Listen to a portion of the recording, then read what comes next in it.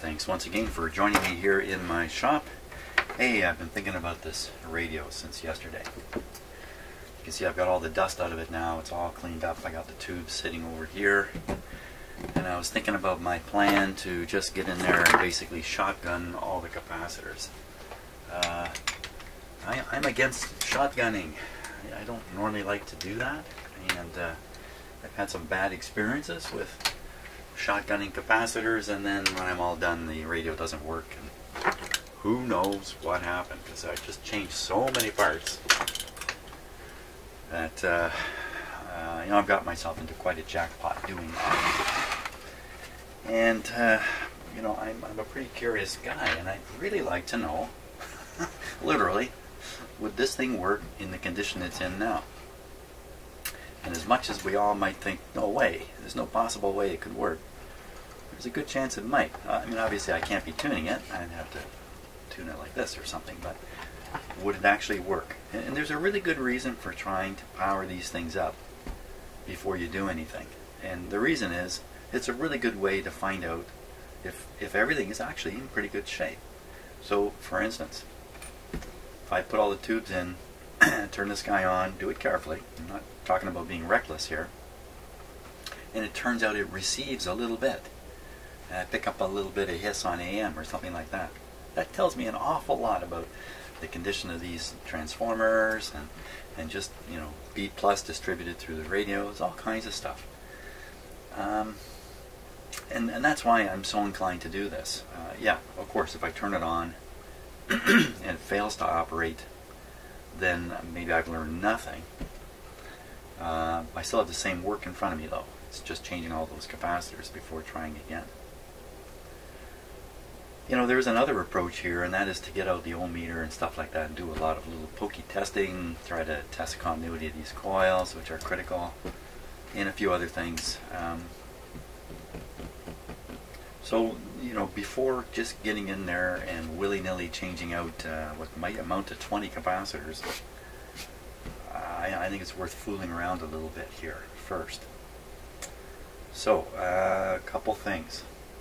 You know what I might do, in fact? It's really out of my characteristic approach. But why don't we test all these tubes first? Very first thing. I don't normally do that, usually because I can power up the radio pretty early on in the process, and I can find out that way if the tubes are good or bad. But why don't I do that? So first thing, we'll test all the tubes, pop them back in.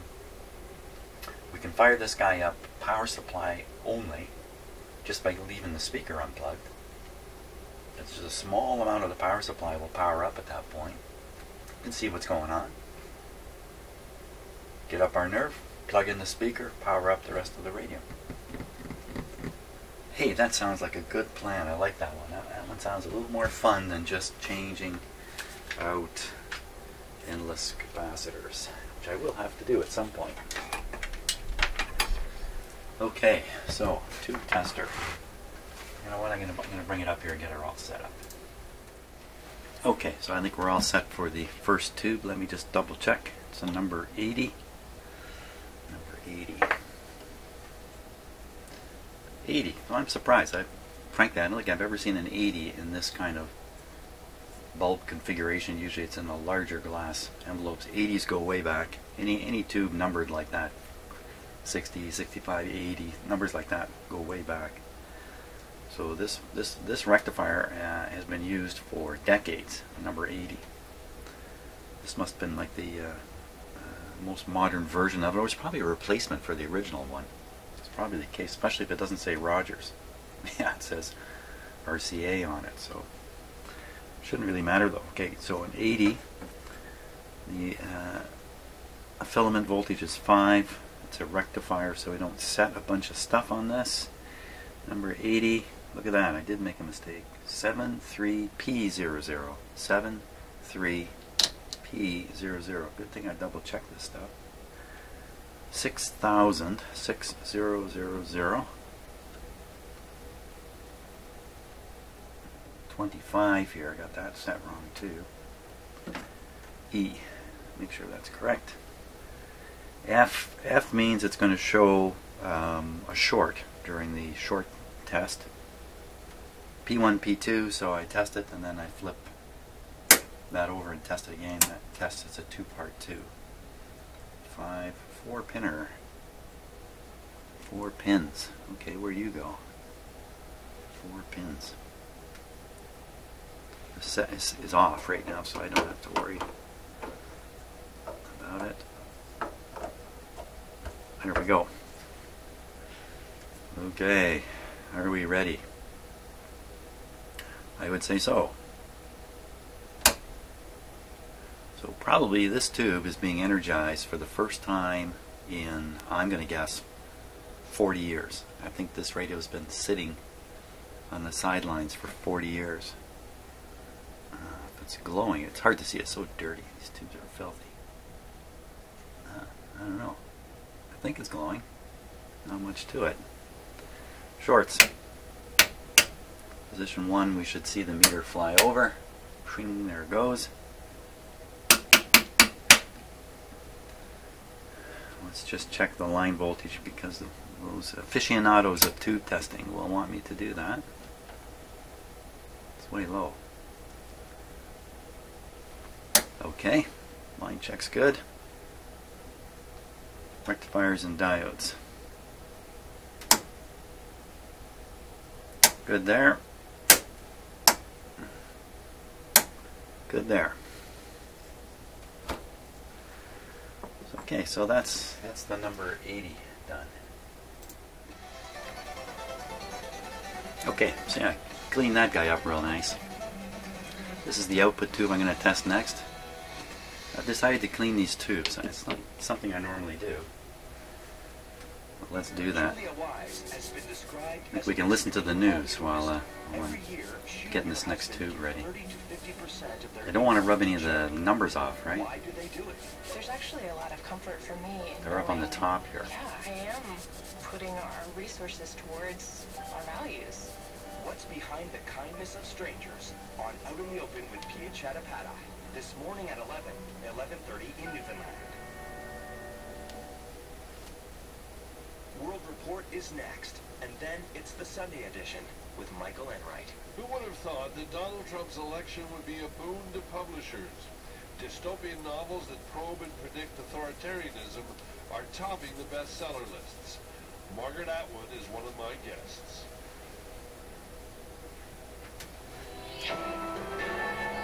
This is World Report. Good morning from CBC News. I'm Marcia Young. As the floodwater rises in central and eastern Canada, more and more people are finding themselves stranded. Thousands have spent days trying to fend off the water from the overflowing Ottawa River. In and around Gatineau, many roads are flooded, bridges compromised, and a few hundred homes have had to be evacuated. The CBC's Ashley Burke is in 6F6. Ashley, the Army starts pitching in to help today. What will they be doing? Well, there are 8 members of the Canadian Forces who are here, who arrived last night in Gatineau. They came from CFB Valcartier, and they just left in the last hour in armored vehicles to head out to some of the most affected areas here in West Quebec, places where streets have turned into rushing rivers. Now, they are filling sandbanks alongside volunteers. They're also going to be surveying what are the most hard-hit areas, and they're going to be going out by either foot or in vehicle or by boats that are arriving later this afternoon to homes where people are inside. But 400 people have left their homes. They've been forced out, but many are refusing to leave and are staying there. This is Captain James Fitzgerald. He's in charge of logistics here. He says that they will not be forcing people out of their home. Our job is simply just to make sure that they're all right, if they need any food or water, and we make sure that the authorities are aware that there are people still in these houses and they've been identified. How are people holding up? They're emotional. They're exhausted. They have spent days now trying to save their homes, filling sandbags. Okay, double check. No matter what they do, they feel like they are losing this battle against Mother Nature. It's raining out right now. Overnight, the water levels have come up, and the rain's not expected to let up until later on this afternoon, and it's going to start again this afternoon. So people are really desperate for all the help they can get. We've seen a lot of people breaking down in tears just over watching their houses fill up with water. Some basements are filling up right now. So they're really glad to see the military here, hoping it provides some relief. All right, thank you so much, Ashley. You're welcome. The CBC's Ashley Burke in Gatineau, West Quebec. Downstream in New Brunswick, the story is similar as people anxiously watch the water levels there. More from the CBC's Shane Fowler in Fredericton. New Brunswickers living along the St. John River are waking up with trepidation this morning. Some checking to see if the barriers and walls of sandbags they have set up have held against raising floodwaters overnight. Torrential rains that fell throughout the province last night have engorged an already swollen river system. 8:30. Some roads remain closed. Should be above this point. Continues to inch its way into the city and onto farmland downriver. Overnight, a provincial ferry used to give farmers access That's to very good. fields on islands in the river appears to have been overwhelmed and sunk in the rising water. And the city of Fredericton has opened up its fairground barns, offering up safe haven for any livestock that have been flooded out. Officials continue to warn those living near water to remain vigilant, but so far the floodwaters have remained below the levels of years past. 6J8 or 8 or B8M has two numbers on it, both unusual. Shane Fowler, CBC News. Specialized Meanwhile, Rogers. in British Columbia, the situation has become worse over the weekend. Flooding and mudslides have forced dozens of people from their homes in the province's interior. States of emergency have been declared in and around Kelowna, and people are frantically searching for two missing men. The CBC's Nicole Ireland reports. The family of a 76-year-old man believes he was in his home when a mudslide came thundering down a mountain yesterday. It happened near Salmon Arm, BC, part of the rain and flood-saturated Okanagan Valley area. Emergency officials say the man's house was completely enveloped in mud, and he hasn't been seen since. As rescuers try to find him, another search continues about 190 kilometers away in the village of Cache Creek. That's where local fire chief Clayton Cassidy disappeared after going out to check rising water levels on Friday morning. There's no sign of him 2 days later that his car has been found near the creek. Many volunteers have turned out to look for the man they say has a long history of helping his community. BC Premier Christy Clark presented him with a Medal of Bravery for his work in combating a flash flood that hit Cache Creek in 2015. Nicole Ireland, CBC News, Toronto. Now to France, where votes in the presidential race are now being cast. Supporters cheering for Emmanuel Macron as he enters the polling station. Macron, a more mainstream politician, is one of two candidates hoping to become France's next president. He leads in the latest opinion polls ahead of Marine Le Pen. Le Pen and her far-right party are promising, if they win, to shake up France and potentially all of Europe.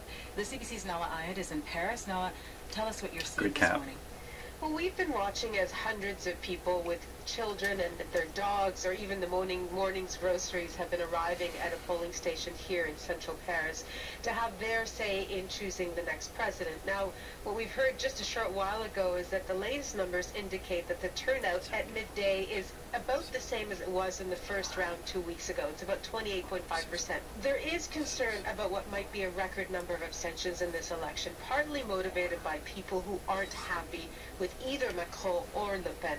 To fight that, 780. Message from political and about the same leaders up in this area. for people to vote for Macron anyway to keep the extreme right out. As an example, Libération paper on its front page on Friday said, "Do whatever you like, but vote Macron." Outside France, many people see Marine Le Pen as somewhat like a European Donald Trump. Is that valid? Well, she certainly has her finger on the pulse of the anger and the discontent here, like Donald Trump did in the U.S. presidential election. The whole idea of fighting the establishment or blaming globalization for the country's problems in the economy and immigration. So those kinds of things are similar. Her France First policy is not altogether different than Trump's America First policy, except here it would mean that the country would be looking at getting out of the European Union. Clearly there are differences. We have to consider that good. They're like-minded. How similar the they second actually are remains to be seen, because it depends on whether she wins part. or not. At the close of the campaign, she was trailing in the polls. All right, thanks so much for the update, Nala. You're welcome. The CBC's Nala Ayed in Paris. In Nigeria, 82 schoolgirls have been released and they have arrived in Nigeria's 3610. Buses picked the girls up from the airport in Abuja earlier today. They were kidnapped more than 3 years ago by Boko Haram. The Nigerian government says the release came in exchange for some suspected Boko Haram members who had been detained by authorities. The group Bring Back Our Girls has been campaigning for the release of all 270 girls taken in 2014. Our representative spoke earlier today. It's a welcome development. It gladdens our hearts, and we know that even the parents of the girls are happy because it means gradually closure. We are attaining closure. The girls will meet with Nigeria's president today. Washington is shrugging off threats by Canada to retaliate over U.S. duties on Canadian softwood lumber. Commerce Secretary Wilbur Ross says a warning that Canada could start targeting American industries is inappropriate. The CBC's Elizabeth Thompson joins me from Ottawa. Elizabeth, why is this threat being called inappropriate? He doesn't seem to be too concerned about the threats. He said they won't influence the U.S. Now, the U.S. is a big trading partner for Canada. Oscillator and test. Canada has a lot of trade with individual states. It should show 1,300. We're not necessarily on the U.S.'s day-to-day radar. Up around. And the fact remains that Donald Trump got up around elected here by threatening to rip up or renegotiate trade deals, blaming the U.S.'s economic problems on bad deals. So this is very politically important to him. What more can Canada do? Good. We're in uncharted territory when it comes to Donald Trump's administration. For example, sources on Parliament Hill have told me that one of the challenges they've been facing in dealing with the Trump administration is that they are used to being guided and informed by Canadian public servants who are then guided or informed by American public servants. But what they're finding out is that the American public servants have no idea what to expect from their own president. And so consequently, they cannot pass things along to the Canadian public servants who can guide and inform the Trudeau administration. So Trudeau is doing what they can. On Friday, they sent a letter to BC 6K7 Clark saying that he's seriously considering her request for a ban on thermal coal exports. Now, while some of those exports to Asia are coming from Alberta, 94% of them are coming from the U.S. So that is something that could hit the U.S. There's also some talk of possible retaliatory duties on some products coming from Oregon, such as plywood, flooring, wood chips, and wine. They say that some of Oregon's business assistance programs may constitute illegal subsidies. Thanks so much, Elizabeth. Thank you. The CBC's Elizabeth Thompson in Ottawa. And that is World Report for this hour. For News Anytime and the latest on the floods in Eastern Canada and in British Columbia, go to cbcnews.ca. I'm Marcia Young. Yeah, people in glass houses should not be throwing stones. You have to be an enlightened person to realize you live in a glass house, though. Here's your weather forecast first for Barrie and Huronia. A few rain showers ending early this afternoon, then mainly cloudy, high 5 degrees. Tonight, mainly cloudy, low 1 degree. And for tomorrow, mainly cloudy, high 6. And for Peterborough and the Core, I got it wrong. 6K and flurries ending this afternoon, then 6K7. Oh, I almost got it wrong. Degrees. Tonight mainly 6K7. cloudy, low -1. And for tomorrow, mainly cloudy, high 5.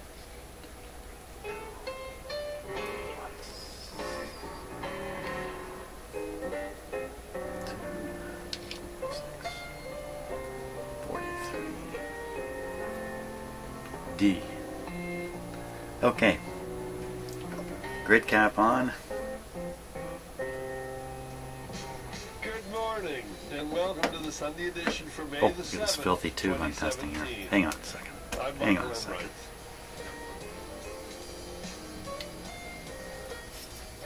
The U.S. president has been described as a vulgar, almost illiterate public liar whose ideas are idiotic and who rails on about the lying mainstream press. No, we are not talking about Donald John Trump. The president in question is Buzz Windrip, the central character in C. Claire Lewis's 1935 novel, It Can't Happen Here.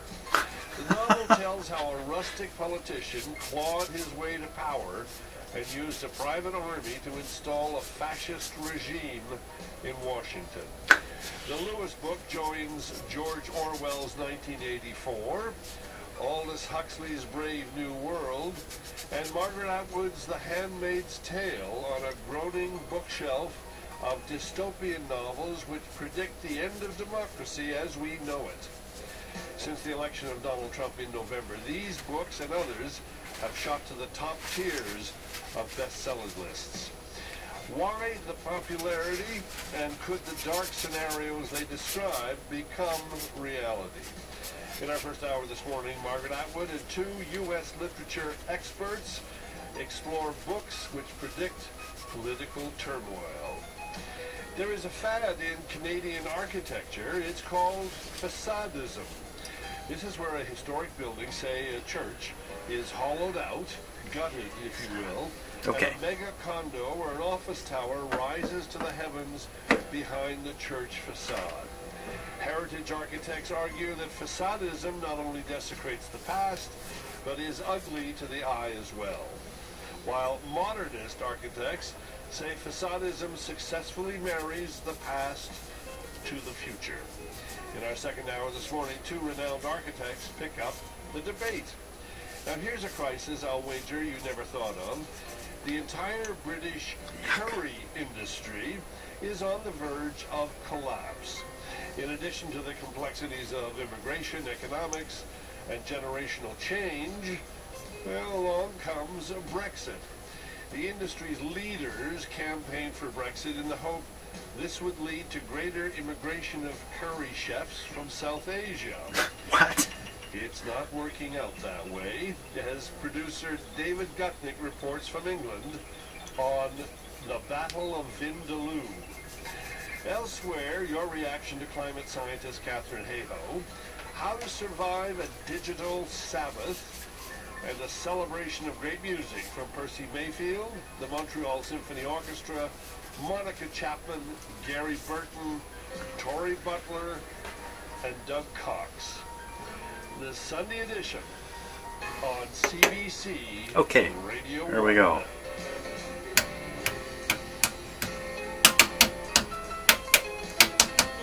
Good. 7. Supposed to go up to about 1,000, which is again about here. Good cap on. Like new. Back in early March, I wrote about something called digital detox. Based on the idea that we North Americans are hopelessly, helplessly addicted to our screens, it set out a path to electronic rehab. Now, the addiction is epidemic. On buses, in taxis, in theaters and restaurants, on the subway, even in bathrooms, people are locked into staring at their tablets or smartphones. Some nerd person has calculated that we spend about 22 days a year looking at screens. From dawn's early light to the enveloping gloom, we are constantly checking our screens. Now, some people are fighting the tide. A few are outfitting their daily life with something called the Schultz Hour. Named after its inventor, Ronald Reagan's Secretary of State, the Schultz Hour means no phone calls or interruptions of any kind for 1 hour a week. Oh Just my gosh. an hour of silence with perhaps a pen and pad nearby. Silence. Should inspiration strike.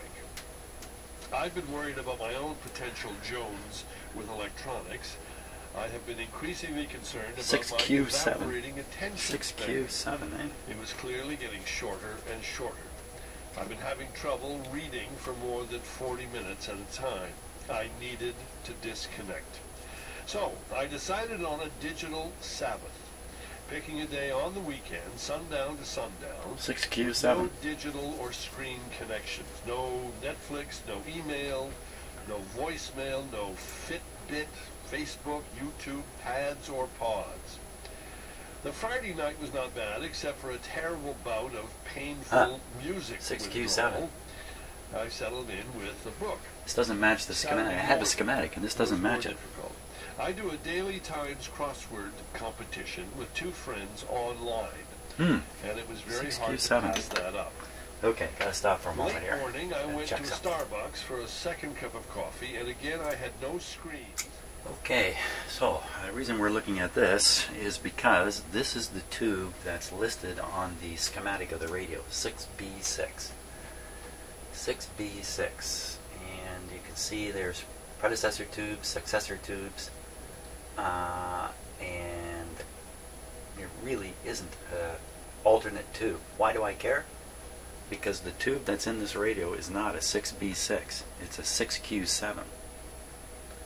So I'm trying to find out if a 6Q7 is a fair replacement for a 6B6. And so far it doesn't look to be the case, which has really paralyzed me now. The wrong tube is in the radio. So if we take a look at the radio, here's the 6B6, or number 75. There's both of them listed right here. But again, the tube that I've got here is a 6Q7. 6Q7. Okay, what I've kind of got sorted out here is the 6B6 that's called for in here in my manual is described as being similar to a 6SQ7. And the 6Q7 that is actually in the radio is also described in here as being similar to a 6SQ7. So with the two different tube types pointing to the 6SQ7, I think it's pretty safe to say that this is probably a sensible replacement. I mean, let's face it, how are you going to find a tube like this in a radio? It's going to have been put in there by somebody who knows a little bit about what they're doing. I noticed in doing this too that there's not many Rogers tubes left in this guy. Contrary to the Rogers Corporation's plan, I'm afraid people started buying other manufacturers of tubes, like this is a Marconi. So there's no reason to actually doubt this. What I do doubt is, did I even test this? I don't even know if I tested it. 6Q7. So I don't think I did. So I'm going to test the 6Q7, and we're on our way here. Well, I think I'll just, I'm going to turn up the radio here. Kind of existential loneliness that pervades a modern society that doesn't have sort of its rootedness in traditions and home and family and religions and other things, and that this leads to the rise of movements. And the book is really about the danger and the formation and the way that movements work, and then the way they can take power. And when she talked about pan movements. What did she mean? Well, pan movements were two particular political movements in the late 19th century in Europe and into the 20th centuries in Europe. There was the Pan-German movement, the Altdeutsche Verband, and the Pan-Slavic movement. And these were both transnational imperialist movements around German and Slavic identity. So one of the themes of her book is that totalitarianism is actually not connected to nationalism. It's connected to imperialism and globalization and globalism. So one of the things that I always having to point out to people is that insofar as one thinks that we have nationalist movements emerging in the United States and Hungary and Russia and Turkey, there's problems around nationalist movements, but from an Arendtian point of view, and I think it's an important insight that she has, totalitarian movements have to be internationalist, have to be imperialist, not nationalist, because they have to create total domination, and nationalist movements are always limited and always create a kind of equality of the citizen as opposed to a racial equality that's that spreads through the world. I want to ask Margaret Atwood, what 780 should be here. Read these novels in times of great change, dislocation in the culture, in the economy, whatever. Why are we attracted to them? Is it because we're afraid of what we might become, or we're looking for some anchorage or something? I think we're usually afraid of, it's like UNESCO's play Rhinoceros. We're afraid of other people turning into that. Oh, wait. And then what will we more do? to test. More to test. So people of my generation, of course, you probably did it too, Michael. From time to time you would ask yourself, what would I have done in the war? That's right. And we don't know the answer to that because we were too young. So we weren't actually in it. We were children, but we weren't at a point where we could have done, as it were, anything. But what would we have done? And we just don't know the answer to it. So you put yourself into that situation by reading a book like this, and you think, the choices that the character is making, would I make those choices? Or would I make some other choice? You mentioned, we look back at that, what would we have done in the war? What would we have done, exactly. But these novels, these works are what will we do? Yes, but because we don't know what we would have done, we want to know what we would do. And we're not going to get the answer, of course, really out of a book because it's not real life, but it's a way of testing your own potential decisions against the decisions of people caught up in that. So like you, because we are the age we are, you probably have met people who are in various resistance movements. Yes. Yeah. And you have probably met people who weren't in various resistance movements. And you probably have read quite a few books about how all of that went down. And I think really those books come out of that. What would I do? What is a good way to act under these circumstances? And Just also, has to get above the how diodes would we okay. avoid Oh, rectifiers ever okay. being in Yeah, such diodes a okay here. circumstance? Is it your view that Huxley, in Brave New World, is more predictive of whatever dystopian future than George Orwell? A little low there. Oh, no, not anymore. I think we thought that in the 90s.